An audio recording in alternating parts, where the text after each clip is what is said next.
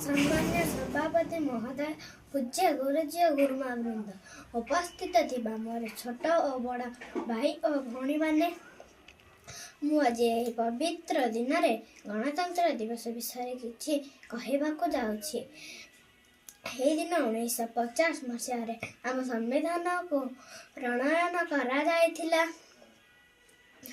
आम देश हेउछि विश्वर सर्वबृहत गणतांत्रिक राष्ट्र। दीर्घ 2 वर्ष 11 मास 18 दिन आम सम्मेलन को देखा जाइथिला।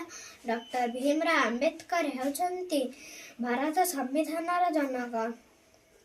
आम देशर संविधान रे 448 धारा 25 भाग और 12 अनुसूचित अच्छी, जहाँकि 1950 मसीहा जनवरी 26 तारीख आम देश रे परिचालित हो आसुछि। गण शब्दर अर्थ है लोक माने और तंत्र शब्दर अर्थ है शासन। यार अर्थ है लोक मानकर शासन। गणतंत्र शासन रे जनता है सर्वोपरि। भारतर संविधान जाति धर्म वर्ण निर्विशेष देशर प्रत्येक लोकंको समान अधिकार प्रदान करिथाय। मु एति कहि मोर वाणी को विराम करुछि। नमस्कार।